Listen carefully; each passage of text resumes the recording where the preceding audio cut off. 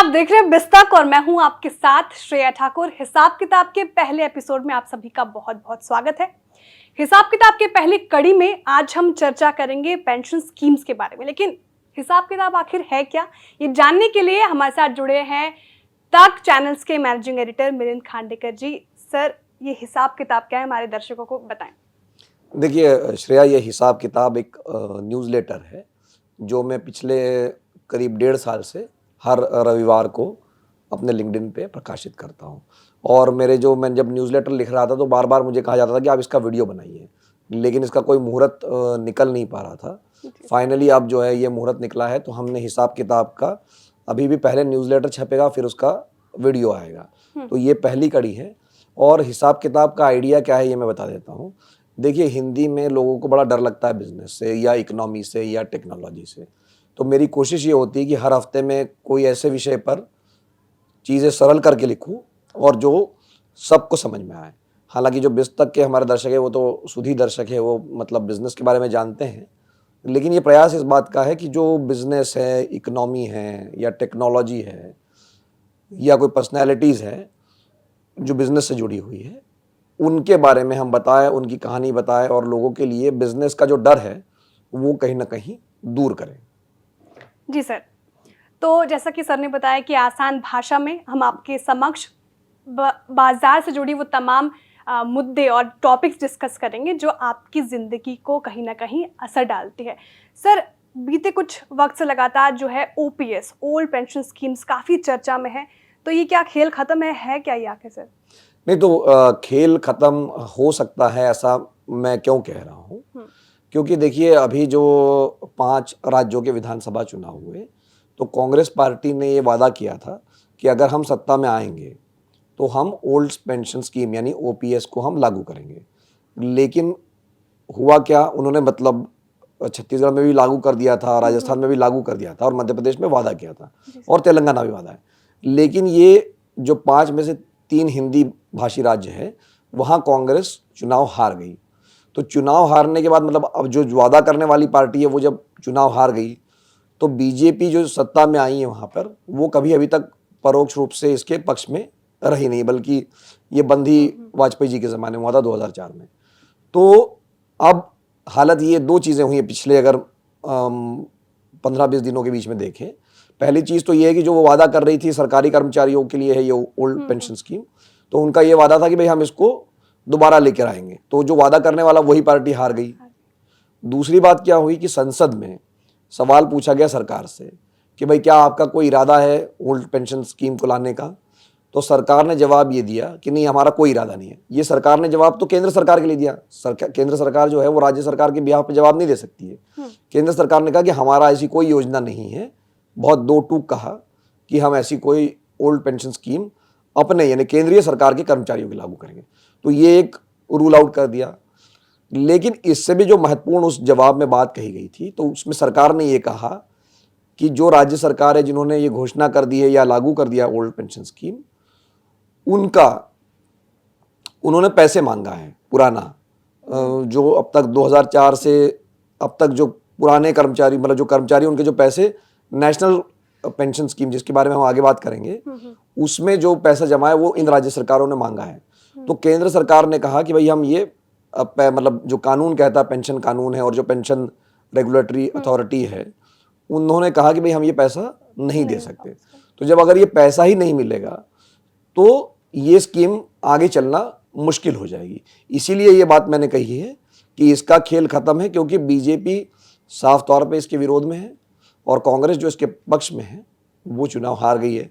इसलिए ये बात जो आपने सवाल पूछा कि क्या इसका खेल खत्म है, इसका ये जवाब है। ठीक है सर, लेकिन सर दर्शक को ये समझाए कि ये ओल्ड पेंशन स्कीम आखिर है क्या?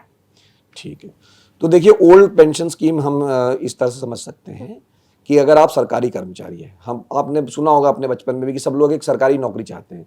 सरकारी नौकरी क्यों चाहते हैं कि भाई स्थायी है, तनख्वाह हर साल बढ़ती रहेगी, नौकरी जाने का डर नहीं है और नौकरी पूरी होने के बाद भी आपको आजीवन एक पेंशन मिलती रहती है, जो कि हमारे देश में बाकी सब लोगों को ज़रूरी नहीं, प्राइवेट सेक्टर में जो काम करते हैं उनको मिलती है। तो पहले जो पेंशन मिलती थी सन 2004 तक भारत देश में, केंद्र सरकार के कर्मचारी हो या राज्य सरकार के, तो उस स्कीम को कहते हैं ओल्ड पेंशन स्कीम। उस स्कीम में क्या होता था कि जो भी व्यक्ति रिटायर हुआ 58 साल की उम्र में या 60 साल की उम्र में, तो उसकी जो आखिरी सैलरी होती थी, मतलब जिस सैलरी पर अगर वो रिटायर हुआ, 50,000 मान लीजिए उसकी सैलरी थी, उस पर वो रिटायर कर गया, तो उसको जिंदगी भर जो है उसका 50% यानी 25,000 रुपया उसको जिंदगी भर वो पेंशन मिलती रहेगी जब तक वो जीवित रहेगा। और उसके अलावा उसको महंगाई भत्ता भी उसके ऊपर सरकारें देती थी। तो ये ओल्ड पेंशन स्कीम है।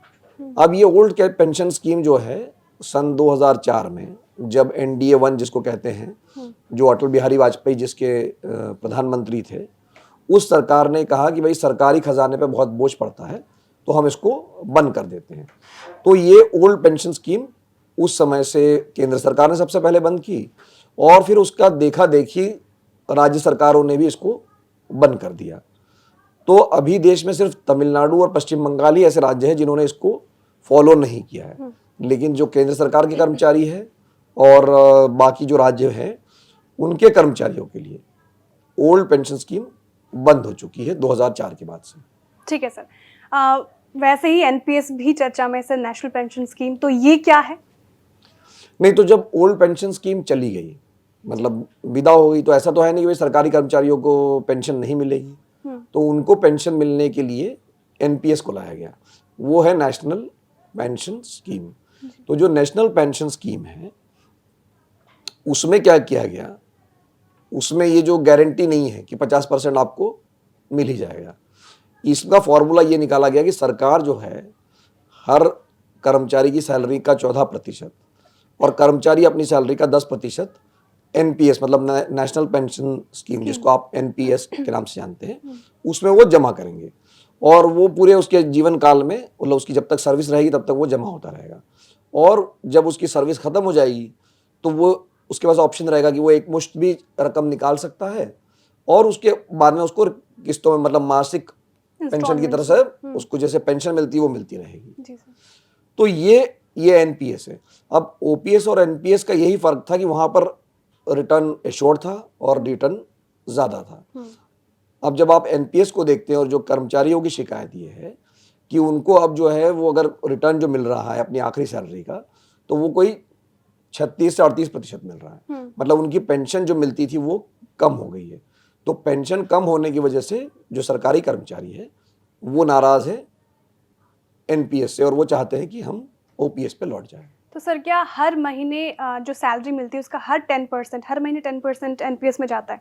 जी, तो जो आपकी सैलरी है सरकारी कर्मचारी की, उसका जैसे हम लोग PF कटवाते हैं, जो प्रोविडेंट फंड के लिए कटवाते हैं, GPF के लिए, वैसे ही 10% जो है वो नेशनल पेंशन स्कीम में जमा होता रहता है और 14% जो है वो सरकार देती है।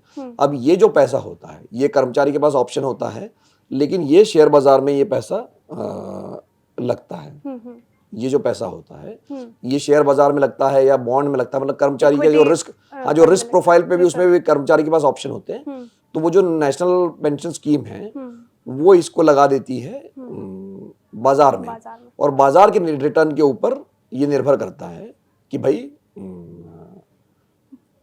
मतलब कितना आपको मिलेगा। तो इसलिए चूंकि बाजार का रिटर्न जो है वो कम ज्यादा होता रहता है, इसलिए कर्मचारियों को जो रिटर्न मिल रहा है वो भी कम ज्यादा हो रहा है। जी सर, लेकिन सर वेलफेयर स्टेट की भी तो बात आती है, तो क्या सिक्योरिटी मुहैया कराना देश की जिम्मेदारी नहीं? क्या वाकई OPS से खजाने पे बोझ पड़ता है? नहीं, देखिए वेलफेयर स्टेट है, लेकिन फिर एक आर्गुमेंट इसका ये दिया जाता है कि भाई वेलफेयर स्टेट तो कर्मचारियों के लिए नहीं है ना, कर्मचारी तो देश के आबादी का एक बहुत छोटा हिस्सा है। तो जो टैक्स पेयर का पैसा है वो पेंशन में जा रहा है, ठीक है, तो वेलफेयर फिर तो पेंशन सबको मिलनी चाहिए और अभी भी पेंशन तो मिल रही है ना, लेकिन जब इसको कहते हैं अनफंडेड है, क्योंकि क्या होता है ये इसका बोझ जो है, चूंकि हमारे देश में लोगों की जो उम्र है वो बढ़ रही है, मतलब हमारा लाइफ स्पैन बढ़ रहा है, तो लाइफ स्पैन बढ़ने की वजह से भी जो है कर्मचारी, मतलब ये अच्छी बात है, इसकी वजह से लंबे समय तक एक तो हमको पेंशन देनी पड़ती है और वो तो फिक्स है, लेकिन सरकार की आमदनी उस रेशो में नहीं बढ़ती है।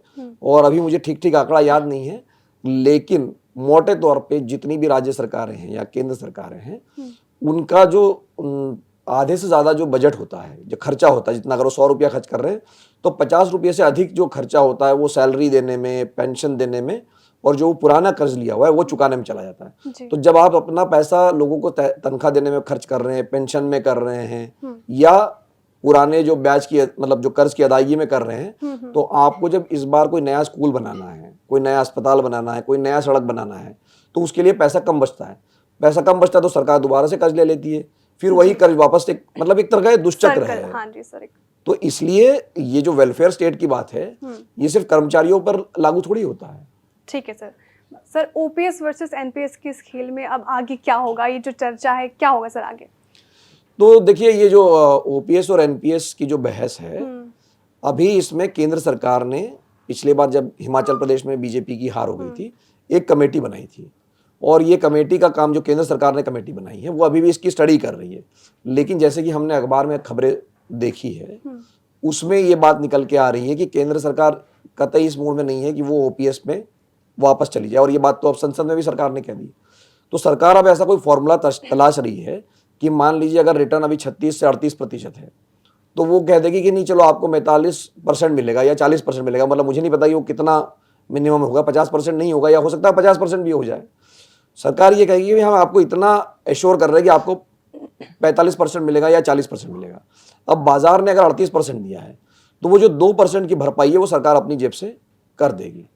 तो ये सरकार पर बोझ पड़ेगा, लेकिन ये उतना बोझ नहीं पड़ेगा जितना कि ओल्ड पेंशन स्कीम से पड़ेगा।